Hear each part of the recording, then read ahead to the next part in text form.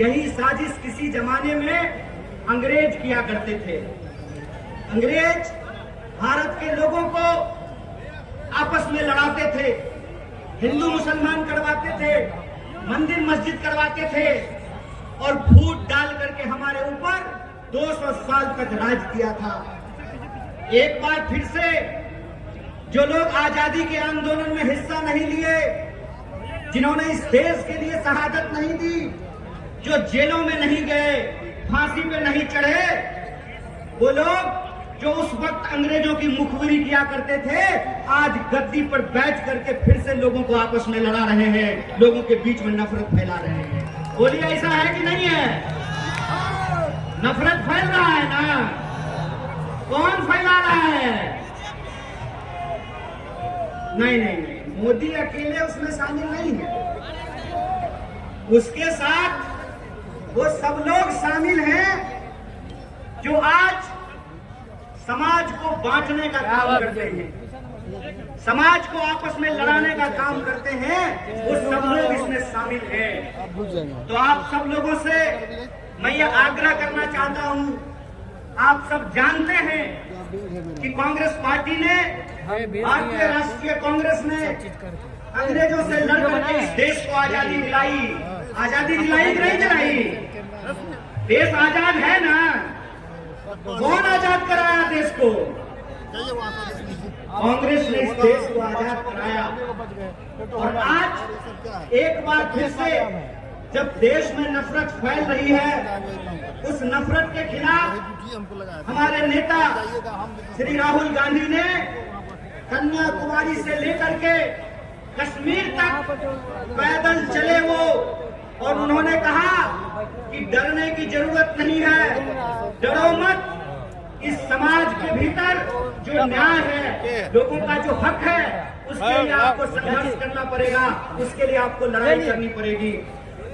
राहुल जी ने कहा कि अगर देश में नफरत फैल रही है तो हमको मोहब्बत की आवाज को बुलंद करना पड़ेगा।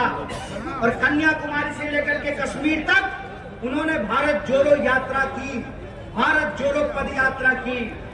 जब भारत जोड़ो पद यात्रा हो गई, तब यह प्रश्न हमारे सामने था कि कौन सी ऐसी चीजें हैं जिससे यह देश ताकतवर बनेगा, इस देश को शक्ति मिलेगी। और यह जो आजकल रोजगार विहीन समझते हैं ना? रोजगार विहीन का मतलब यह है कि गृह मंत्री का बेटा बीसीसीआई का सेक्रेटरी बन जाएगा और आपके बाल बच्चा को कुछ नहीं मिलेगा। समझते हैं ना रोजगार विहीन विकास का मतलब? यह जो रोजगार विहीन विकास है, इस रोजगार विहीन विकास में इस देश के जो आम आवाम हैं, उनके बच्चों का, उनके जीवन यापन का मुद्दा कैसे हल होगा, इसीलिए यह बात कांग्रेस पार्टी ने उठाई कि समाज के हर तबके को भागीदारी देना पड़ेगा।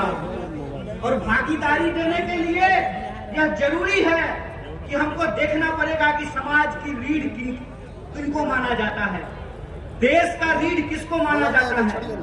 आप सब जानते हैं कि भारत दुनिया का सबसे युवा राष्ट्र है, भारत सबसे युवा राष्ट्र है। लेकिन इस देश के युवाओं के साथ अभी ये हो रहा है कि आप पढ़ाई करते हैं, दिन रात तैयारी करते हैं, लेकिन जब नौकरी की बारी आती है तो नौकरी नहीं मिलता है। जब एग्जाम होता है तो प्रश्न पत्र लीक हो जाता है और पैसा लेकर के, घूस लेकर के सीट बेच दिया जाता है। बोलिए युवाओं के साथ बेईमानी हो रही है कि नहीं हो रही है? चूंकि हमारे माँ बाप किसान हैं, चूंकि हमारे माँ बाप शिक्षक हैं, हमारे माँ बाप साधारण परिवार के लोग हैं, साधारण इनकम के लोग हैं, तो हमारे भविष्य के बारे में कोई नहीं सोचता है।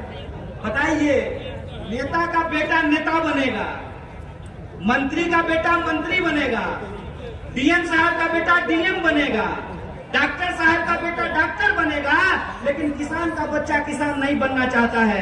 बोलिए, किसान का बच्चा किसान बनना चाहता है? क्यों नहीं बनना चाहता है? इसलिए नहीं बनना चाहता है कि इस देश की हकीकत ये है कि हर घंटे 2 किसान आत्महत्या करते हैं। हर घंटे एक नौजवान आत्महत्या करता है।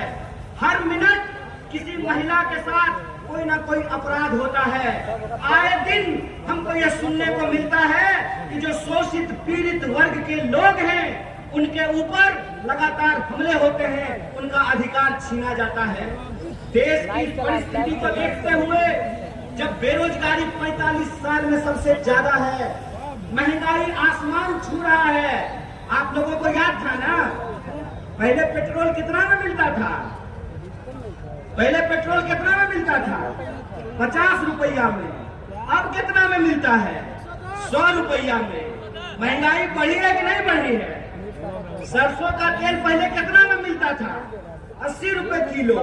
अब कैसे मिलता है? 200 रुपये किलो।